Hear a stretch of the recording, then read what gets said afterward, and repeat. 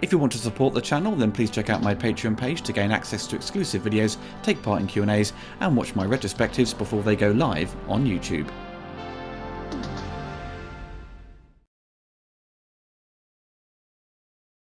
Arrogance may not be a uniquely American trait, but I must say you do it better than anyone. What made you so special? Nothing. I'm just a kid from Brooklyn. Rogers.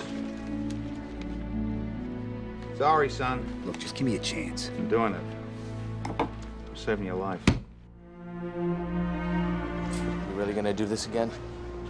Well, it's a fair. I'm gonna try my luck. As who, Steve from Ohio? Look, I know you don't think I can do this, but This isn't a back alley, Steve, it's war. Bucky, come on. There are men laying down their lives. I got no right to do any less than them. There are already so many big men fighting this war. Maybe what we need now is a little guy.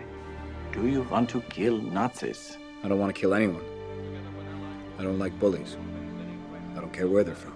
I can offer you a chance. Congratulations, soldier. General Patton has said, wars are fought with weapons, but they are won by men. We are going to win this war because we have the best men. You're not really thinking about picking Rogers, are you? I wasn't just thinking about it. It's a clear choice. When you brought a 90-pound asthmatic onto my army base. I am looking for qualities beyond the physical. But every army begins with one man. He will be the first in a new breed of super soldier. This is why you were chosen. Because a strong man who has known power all his life may lose respect for that power. But a weak man knows the value of strength and knows compassion.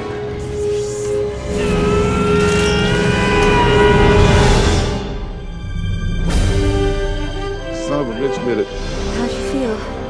It's over.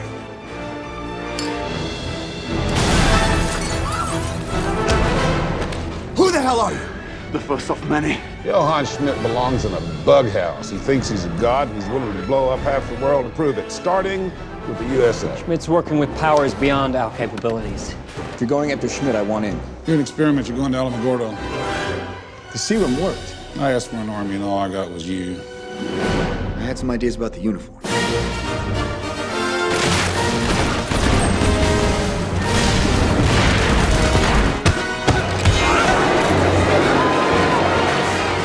Let's hear it for Captain America!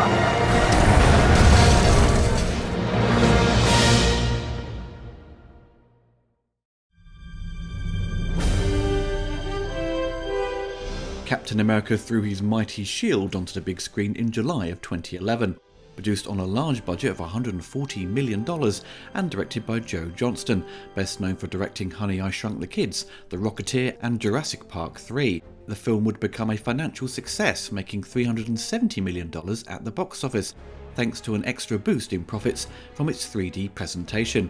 The film would, however, receive mixed reviews. Roger Ebert of the Chicago Sun-Times said he enjoyed the movie and appreciated the 1940s period settings and costumes. He admired the way the director Joe Johnston propelled the narrative and gave a sense of a broad story, rather than the impression of a series of sensational set pieces. Colin Kennedy of Empire magazine was less than impressed, awarding it 3 stars out of 5, commenting on the murky 3D presentation, and once Steve Rogers is pitched into battle, the movie loses its footing. The plotting becomes choppy, the spectacle is muddled by far too many characters, and the all-important set pieces are a bit pedestrian. The Hollywood Reporter had mixed feelings about the film as well, writing, as the last Marvel prequel that includes 2 Iron Man and Incredible Hulk movies before next summer's The Avengers, this one feels perhaps a little too simplistic and routine. And finally, The Village Voice gave the film the most harsh review, calling it a hokey, hacky 2-hour plus exercise in franchise transition and price gouging, complete with utterly unnecessary post-converted 3D. To capitalise on Captain America, there was a range of toys released, such as action figures and shield-like accessories, with an odd toy with the shield firing discs out of it. It's bloody weird. Who thought this was a good idea? It looks like total crap. There was of course video games produced, which will be discussed later in the video. Captain America would receive 2 sequels focused around him, with The Winter Soldier and Civil War, and he would become an important part of the Avengers movies. Many thought Captain America was a cheesy, dated superhero that wouldn't work with modern audiences, the same fears Warner Bros. Has had about Superman for so long, but Marvel knocked it out of the park and stayed true to the character and made it work. It demonstrated people liked an old-fashioned superhero and was needed more than ever in a world dominated by aggressive and darker superheroes. This film made audiences fall in love with the character again. Steve Rogers' later appearances, such as the final battle in Endgame, when Cap uses Thor's hammer, audiences went wild with excitement, showing how adored the character was by that point, making him more popular than ever before.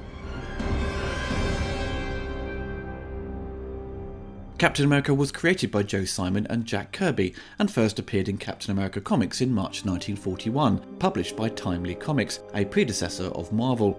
Captain America was designed as a patriotic super soldier who often fought the evil powers during World War II, very much like Superman was doing at the time, and was Timely Comics' most popular character during the wartime period. The popularity of Captain America dropped off following the war, and the comic was discontinued in 1950, though he did receive a short revival in 1953. Since Marvel Comics acquired the character, he was revived in 1964, and Captain America has remained in publication. Like Batman and Superman, in 1944 a serial loosely based on Captain America was produced, no longer Steve Rogers but Grant Gardner, a district attorney. This version of Captain America does not possess his shield and does not appear to have enhanced abilities. Instead, he uses a gun and operates as a vigilante. An animated series based on the Marvel superheroes came out in 1966. Captain America was one of the 5 featured superheroes, starring in one segment a week. The episodes were largely based on the comics and even several stories from the Avengers. These cartoons were shown on TV up until the early 90s in the UK, broadcast in the early hours of the morning, with the catchy theme tune still in my memory. Captain America would return to the live-action world in 2 TV movies that aired on CBS in 1979. The first one simply titled Captain America, the second Captain America 2 Death Too Soon, both starring C-list movie star Reb Brown in the lead role. The character differs significantly from the comics in both his origin and his appearance. His outfit incorporates a motorcycle helmet, and his famous shield is now made out of plastic and provides some hilarious results when he uses it. These movies are total trash but fun to watch in a guilty pleasure way. The first feature-length theatrically intended movie arrived in 1990, directed by Albert Pyun and starring Matt Salinger as Captain America.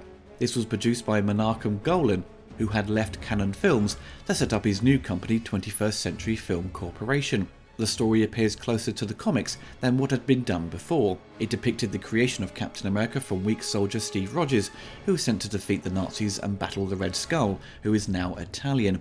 After thwarting the Nazis' plans to blow up the White House, he winds up frozen in the Arctic and discovered years later in modern times. The Red Skull has had plastic surgery to hide his face and is now running a criminal organisation. The film was intended for theatres, but due to 21st Century Films having cash flow problems, it was released straight to video. The film was panned by critics and the fans alike for its cheap production values, and they complained of the lack of Captain America on screen doing what he does best, and its overall lousy direction. Though to be honest, I do quite like Salinger as Captain America. None of the movie's faults lie on his shoulders. Talk of a new Captain America movie started way back in 1997, with Marvel teaming up with Artisan Entertainment to help finance it, but a lawsuit arose between Marvel Comics and Joe Simon over the ownership of the character, halting the process of the film being made. The lawsuit would eventually be settled 6 years later in 2003.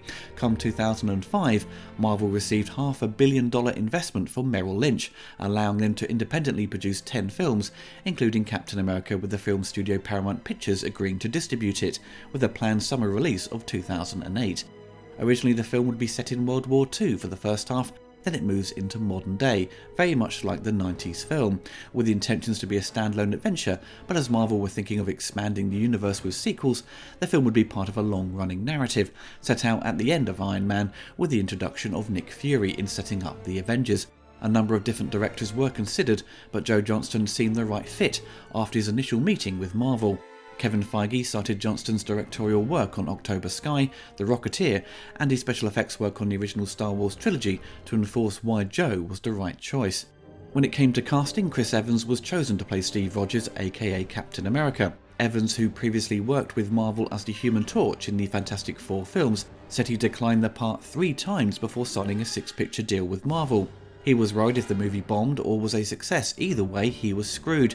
He was just scared to take the part. Thankfully, the success of the movie didn't affect his career, and the usual fear of being typecast didn't fall onto his lap, and he has found work outside of playing the famous super soldier. Hugo Weaving plays as Johann Schmidt, aka the Red Skull. Schmidt is Adolf Hitler's head of advanced weaponry and commander of the terrorist organisation Hydra. Weaving stated he based his accent on Werner Herzog. For Star Wars fans, Herzog popped up in The Mandalorian. Hugo appeared in the Matrix and Lord of the Rings trilogies, but didn't return to the MCU. In more recent interviews, he said he loved playing the character and was obliged to appear in 3 pictures, and was thinking Red Skull probably wouldn't come back in Captain America, but he may well come back as a villain in the Avengers. But Disney pushed back on the original contract and wanted to offer him less for his small role in the last 2 Avengers movies. It was only a voiceover, but Hugo found negotiating with them through his agent impossible and declined to reprise the role. Stanley Tucci plays Dr. Abraham Erskine, the scientist who created the super soldier serum. Tucci said that what drew him to the role was the opportunity to do a German accent, which was something he always wanted to try. Stanley, though only having a small role in the film, becomes an important part of Captain America's origin, as he reminds Rogers to remain true to himself. Toby Jones was cast as Armin Zola, a biochemist for the Nazi Party, who creates the weapons for Hydra and is a close friend of Schmidt. Toby would return as the character in Winter Soldier, though only as a voiceover, as he transferred his mind into a computer. Tommy Lee Jones plays Chester Phillips, a colonel in the United States Army, who heads the project to create the super soldiers. This was Tommy's 3rd appearance in a comic book movie, having starred in Batman Forever as Two-Face and as Agent K in Men in Black. Hayley Atwell plays Peggy Carter, an officer with the Strategic Scientific Reserve who works with Phillips on the Super Soldier project. Hayley would continue with her character. Hayley would appear in the spin-off TV shows Agents of S.H.I.E.L.D. and Agent Carter. She would also return for Winter Soldier, playing Peggy as an older lady, and popped up in Ant-Man, Endgame and the recent animated series What If. Sebastian Stan plays Bucky Barnes, Roger's best friend, and becomes a member of his squad of commandos. Stan had also signed on for a 6-picture deal, with Marvel planning well in advance for his return as the Winter Soldier. He revealed that he did not know anything about the comic books, but watched a lot of documentaries and films about World War II in preparation for the role, calling Band of Brothers very helpful. Dominic Cooper plays Howard Stark, the father of Tony Stark who works for the government during the war period and would help design Captain America's outfit and shield. He and Peggy believe in Captain America despite the General's reluctance to use him in battle. For Steve Rogers' Howling Commando squad, we have Neil McDonough as Timothy Dum Dum Dugan, an ex-circus strongman. McDonough wore the character's signature bowler hat and said he grew Dugan's trademark mustache. Derek Luke plays Gabe Jones, a heavy weapons expert. Luke said he was cast without a script or much of a description of the character, but was just happy to take part in a Marvel movie. Bruno Ricci stars as Jacques Denier, a French member of Roger's squad and an expert in explosives. Ricci auditioned for and got the part while filming the French series The Hawk. JJ Field plays James Montgomery Falsworth, a British member of Roger's squad, and the highest ranked of the troops to join Cap and his team. Kenneth Choi plays Jim Morita, a Japanese-American who is a communications specialist. Choi said he was the last actor to audition for the part. And finally we have Samuel L. Jackson making an appearance near the end, and Stan Lee as usual gets his cameo playing a general this time. Principal photography began in June 2010, with filming taking place in the UK. They made use of Pinewood and Shepperton studios for the interior sequences and on location in Wales for the war scenes, the northern quarter of Manchester and the Stanley Dock area of Liverpool, both doubling for the lower east side of Manhattan. Additional scenes in Liverpool were shot at the Albert Dock as well. When it came to designing Captain America's outfit, they wanted to stay true to the original design but make it functional and believable. It had to work in a war-like scenario. The classic look of the costume from the comics would be utilised for the propaganda sequences, with the classic shield, tights and bell-bottom boots. But once he steps into battle, he needed something that would stand as a symbol, but also be practical for war. His costume is made out of Kevlar with the red, white and blue design, painted wings on his helmet, and it would have more of an open eye area to get an extra level of expression from Chris's face. They would make around 6 shields. One would be metal to hold and hug his body when defending himself, one would be magnetic so it sticks to his back, rubber shields when hitting people, and a CG double for throwing. Chris would mime the action and pretend to throw the shield, so once they added the shield in CG, they tried to avoid it making it look like a frisbee or boomerang. The design of Hydra and its weapons tried to create technology that could be built in the 1940s, though infused with the power of the cube. Abandoned Nazi projects or actual vehicles from the period were used as inspiration. The Red Skull's car, for example, was based on two Mercedes-Benz vehicles from the 1930s. Joe Johnston and his cinematographer Shelley Johnson decided to shoot the film on the Panavision Genesis camera, which was an odd move, considering the camera only had a 2K max resolution, and was pretty old tech by that point. It was famously used on Superman Returns and Apocalypto. I can understand the reasons to shoot digitally, easier for the visual effects team and saves the production team money, but with the restrictions with the resolution, it keeps it forever trapped in 2K. As the 3D craze was in full swing, Marvel Studios said that Thor and Captain America would be released in 3D through post-conversion. Johnston did a one-day test shooting with a 3D rig and found it to be a nightmare due to the bulky gear, but understood its potential. The early films post-converted to 3D, such as Clash of the Titans, got a lot of negative feedback due to the 3D not doing much and having a darker image thanks to the polarizing filter. Thor and Captain America would follow suit with similar complaints. The film opens in March 1942. Johann Schmidt and his men locate a mysterious relic called the Tesseract from a town in German-occupied Norway. Schmidt believes the Tesseract possesses the powers of the gods. In New York City, Steve Rogers is rejected once again for military recruitment due to his various health and physical problems. While attending an exhibition of future technologies with his best friend Bucky, Rogers again attempts to enlist, overhearing Rogers' argument with Barnes. Dr. Abraham Erskine allows Roger to enlist, believing that Steve has the right mindset to become a super soldier. He is recruited into the scientific reserve under Colonel Phillips and Peggy Carter. Phillips is unconvinced by Erskine's claims that Roger is the right person, but relents after seeing Rogers go above and beyond to protect others, outshining his fellow soldiers. The night before the treatment, Erskine reveals to Rogers that Schmidt underwent the same procedure, using an early version of his serum and suffered permanent side effects. Schmidt and Dr. Zola harness the energy of the Tesseract, intending to use the power to fuel Zola's inventions, mounting an offensive that will change the world, going against Hitler's own plans. Schmidt discovers Erskine's location and sends an assassin to kill him. Rogers is injected with the special serum and exposed to Vita rays. After Rogers emerges from the experiment taller and more muscular, the assassin, looking very much like Clark Kent, kills Erskine and flees with a vial of the serum. Roger pursues and captures him, but the assassin avoids interrogation by committing suicide with a cyanide capsule. With Erskine dead and his super soldier formula lost, Rogers is then used as a propaganda tool as he tours the nation in a colourful costume as Captain America to promote war bonds, while scientists study him and attempt to reverse engineer the formula. The following year, while on tour in Italy, Rogers learns that Barnes' unit was captured by Schmidt's forces and believed dead. Refusing to believe the news, Rogers has Carter and engineer Howard Stark flying behind enemy lines to mount a solo rescue attempt. He frees the soldiers and Bucky and comes face to face with Schmidt, who reveals his true appearance before making his escape. Having saved all the soldiers, Rogers gains the trust of Colonel Phillips, who then brings him on to fight the war as Captain America. The film would feature nearly 1,600 visual effects shots, handled by Double Negative, Frame Store, and some additional work by some smaller FX companies. The FX team faced a number of challenges, with the biggest making a thin Chris Evans to get across his eventual transformation into a super soldier. They managed to find a company who specialised in digital plastic surgery, who assisted in shrinking down Chris in all dimensions. They would shoot Chris at least 4 times. Once like a normal scene with Chris and his fellow actors in the scene, sometimes having Chris kneeling on boxes so everyone appears taller than him. Another pass would have Chris alone in front of a green screen so his element could be reduced digitally. And finally they would make use of a body double played by actor Leander Deeney, whose skinny frame was composited in with Chris's head. Hugo Weaving wore a silicone mask that was made up of separate pieces that interlocked. That took around 4 hours to apply. Using silicone gave it a slight glow that made it look unusual. The visual effects team would fine-tune the mask and manipulated his face in the computer to make it more rigid. They thinned out Weaving's cheeks and lower lip, darkened his eyes, and removed his nose to make him appear more like the Red Skull character. The original concept design had the skull appear more burnt, like the serum had burned all his skin off, but the idea was dropped due to it looking a bit too gruesome. The visual effects at the time were very impressive, especially with the shrunken down Steve Rogers. You can tell they chose a lot of shots to keep him static, but there are some technically difficult shots they managed to pull off, with him fighting the guy behind the cinema and on the training camp.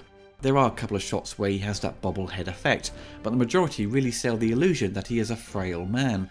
The Red Skull's face is fantastic throughout, and it's great that Hugo's performance comes through the makeup. I think the weakest aspect of the visual effects is the montage sequence of Captain America attacking the tanks.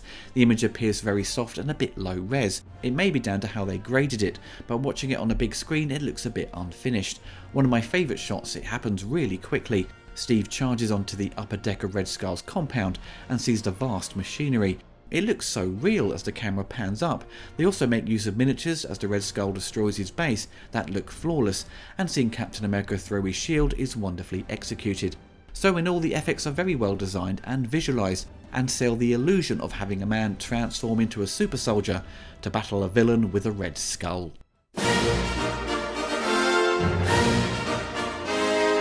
Alan Silvestri would compose the score to Captain America the First Avenger. Alan is a legend of the film scoring world, having written the scores to the Back to the Future trilogy, Predator 1 and 2, Who Framed Roger Rabbit, Forrest Gump, the list goes on. Alan would of course continue working with Marvel, producing the scores to the Avengers films, and really created the cinematic sound of the MCU. If you are familiar with Alan's work, his style is all over Captain America, especially with the action cues. Most obvious during the chase with Steve running after the Hydra assassin. This is one of my favourite tracks on the soundtrack, but the real highlight is that Alan created the perfect theme for Captain America. The 90s film didn't do anything to create a signature theme tune for the comic hero, but this new rendition encapsulates Steve Rogers so well. You couldn't imagine anything else fitting the comic book hero. It's played in full gusto during the end credits, and only played in a slower fashion during the film. Alan would bring back the theme a couple of times during the Avengers sequels, in The Winter Soldier and Civil War. Composer Henry Jackman makes a nod to it, but for the most part ignores Alan's themes, which really annoyed me at the time, but I can understand why it wasn't utilised, as there was a shift in tone and style. Civil War certainly shifted to match Silvestri's work, but it was a common trait with the Marvel sequels, with new composers coming on board and ditching the previous themes. This is easily one of the best scores of the MCU films. It has everything going for it, with memorable themes and good action cues. Alan is one of the best composers around, so he delivers the goods in providing something special for Captain America's first cinematic outing. If you want to get yourself a copy, you can still get the soundtrack easily on CD, or you can download it digitally from iTunes. As mentioned earlier, there was video games. Captain America Super Soldier was developed by Next Level Games and published by Sega. Sega had published two stinkers with Iron Man 2 and Thor, so many gamers were expecting more of the same, but thankfully Super Soldier manages to deliver something quite entertaining to make up for the previous poor efforts, arriving on the Xbox 360 and PS3, and slightly different versions on the Wii, DS and 3DS, which were clearly aimed at a younger audience. The plot is centred around France in 1944. Captain America learns Hydra's scientist Dr. Armin Zola's project, Masterman, involving unlocking the human genome's secrets and achieving immortality. Chris Evans would provide his voice to the game with some of the other cast members as well. The game uses a combat system inspired by the Batman Arkham series. You can of course use a variety of shield attacks to keep the combat exciting when taking out the Hydra bad guys. The game mostly consists of solving simple puzzles and traditional platforming to make use of Cap's super strength abilities. It feels like a somewhat stripped down version of the Batman games. Captain America has less gadgets in his arsenal, so it mostly consists of flipping switches and beating up Hydra guys to progress through the game. The level designs are a bit underwhelming and get very repetitive. It's a simple but fun game to play though. The reviews were mixed at the time, IGN awarding it 5 out of 10, GameSpot were a bit more generous, giving it 6.5 out of 10. Most complained that it had a dull story, bland visuals, but the combat made up for it. The Wii, 3DS and regular DS versions weren't given much praise either. The Wii release was criticised for its ugly graphics, the characters looking freakishly proportioned, along with repetitive gameplay. But some highlighted it was worth giving them a go just for a weekend rental. I played the game on the 360 when it came out and I really enjoyed it and still own it. It's a bit annoying it doesn't work on my Xbox One, so I have to dust off my old 360 to give it a go. Of course the game is not going to win any awards, but still worth playing if you love Captain America. I saw Captain America during my final years as a projectionist. This film came out during the time when cinemas were making that transition from 35mm projection to digital, so the film was presented in digital 3D. This was of course at the height of the 3D craze thanks to Avatar, and many studios saw the potential to make extra profits by post-converting their films into 3D, and charging the public pretty much double to wear some silly glasses. The 3D conversion left a lot to be desired, but this visual gimmick didn't distract from the film's quality, as I thoroughly enjoyed it despite it having some issues with its third act. As a kid, I always liked Captain America. He was essentially Superman, had the same ideals and morals, and a perfect role model for a kid. I didn't read much of the comics, but I did have a couple of the action figures, and like many kids in 1990, was really desperate to see the first live-action movie starring Matt Salinger in the lead role. Once I did see it a couple of years later on Sky Movies, I couldn't find the VHS for love nor money. I was deeply disappointed with it, and Captain America wasn't really the superhero I had imagined. It was a cheap effort that had a couple of nice fight scenes, but I was at an age when I knew the film was put together on a shoestring budget. So for years fans had to wait to see a proper Captain America movie, and I think the wait was worth it. What the movie gets right is the origin story. It's well told and has the heart of Steve Rogers in place. You're totally behind him in his efforts to support his country and help the troops in battle. Despite his poor physique and weak demeanour, he wants to fight, and the best solution is handed to him because of who he is as a person. He doesn't want to kill people. He hates bullies and wants to do his part. He represents the good in people. As Joe Johnston had directed The Rocketeer, he brings on the same sensibilities and style of that movie into The First Avenger. He clearly is the perfect choice, though I do feel that The Rocketeer had a stronger production design. It captures that period of time more successfully, I think. It looks more genuine with its style, shot on 35mm film for a start. The photography is warmer and natural, whereas Captain America looks more clean despite the softness they have added to its photographic look. The image appears more manipulated, and with the mix of Hydra's futuristic technology, it creates a mix that is more fantasy than reality, which isn't a major flaw, as this is a comic book movie, so it takes as many liberties as it wants. But The Rocketeer was also based on a comic, and I think has a better sense of verisimilitude to it all. Captain America trumps The Rocketeer, however, with its action and far surpasses the old 90s movie, which barely had Steve Rogers in his outfit. He spent most of his time running away or pretending to be sick.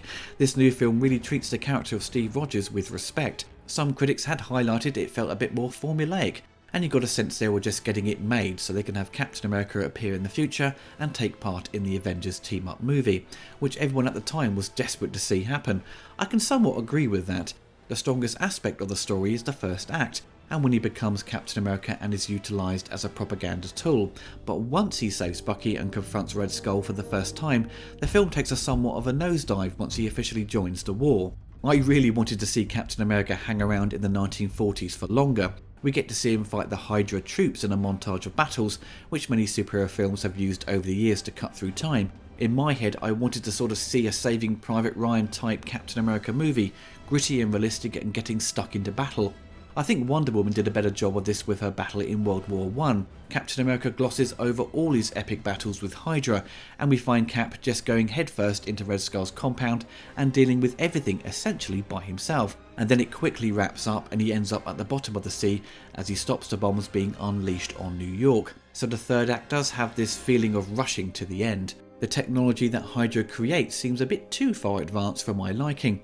I know the production team made a conscious effort to base some of the technology on concepts designed from that period, but it doesn't really sell the 40s aesthetic. It looks far too modern. If it was more steampunk in its design, for example if you play the Wolfenstein games, it's got beefed up weapons in it and the Nazis are using advanced technology, but it still fits that World War II period.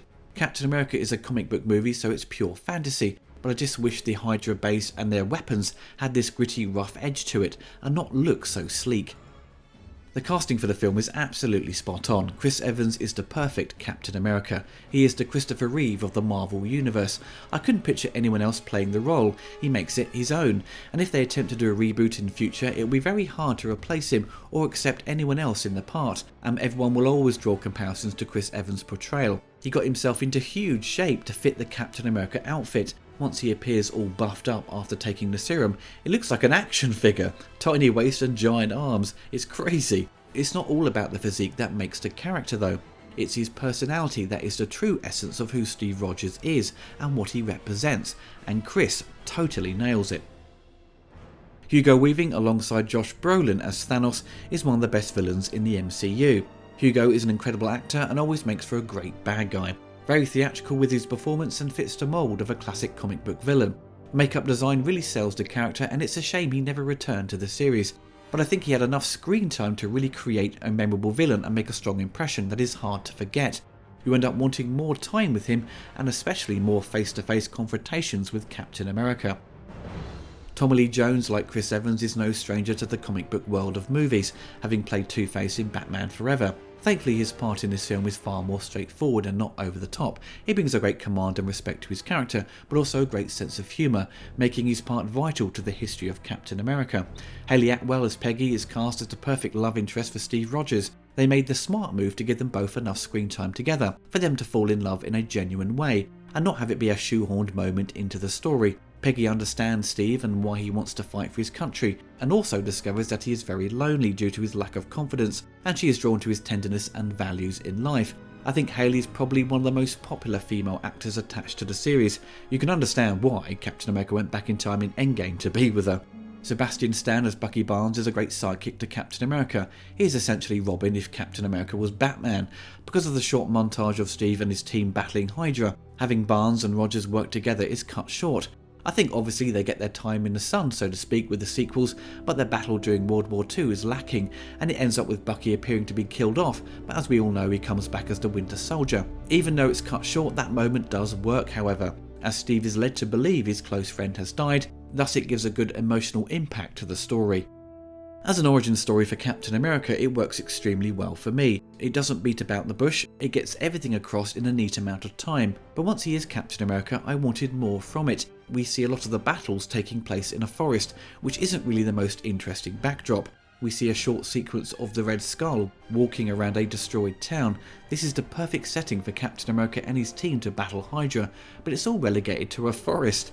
The sequels really took it to the next level, showcased Rogers battling his way through the enemies in glorious fashion. Out of all the MCU movies, I think the Captain America films are the strongest and are the most consistent with their quality of storytelling and remaining true to the roots of the character. The film is 10 years old now, which is surprising. Time has flown by, and a lot has happened with superhero movies since then. At the time, no one knew how far the MCU would go, and if it would continue to find success. The film did cost a lot and wasn't a box office smash. Most of the early origin movies outside of Iron Man didn't break that $500 million mark. It was the sequels that really amped up the box office takings. But it's thanks to the first movie that introduced Thor and say Captain America for example, that got people interested. Thankfully Captain America is still very watchable. It's a simple tale of a weak man with a strong moral compass, being transformed into a super soldier to save the world. It may not be perfect in capturing a realistic World War II setting, as I think it missed the mark in its battle with Hydra during this period, but it totally nailed the origin of the character and made you believe in Steve Rogers as a person, and that makes it a solid beginning to the First Avenger. A brilliant scientist by the name of Johann Schmidt. Now, Schmidt is a member of the inner circle, and he is ambitious. He and Hitler share a passion for occult power and Teutonic myth. Hitler uses his fantasies to inspire his followers. But for Schmidt, it is not fantasy. For him, it is real. Your Hydra division has failed to deliver so much as a rifle in over a year. And we had learned through local intelligence you had mounted a full-scale incursion into Norway.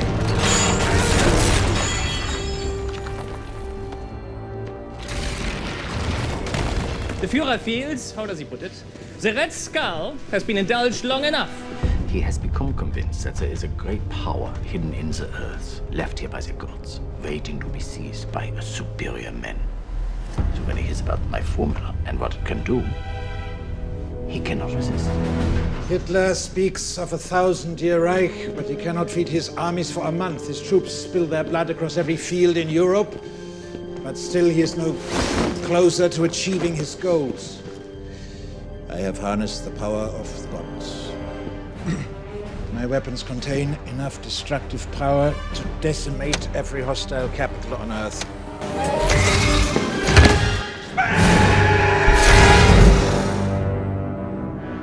The serum amplifies everything that is inside, so good becomes great, bad becomes worse.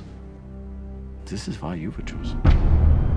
Tomorrow, Hydra will stand master of the world, born to victory on the wings of the Valkyrie. Our Our enemy's weapons will be powerless against us. If they shoot down one plane, hundreds more will rain fire upon them! Hail Harper! Hail Harper!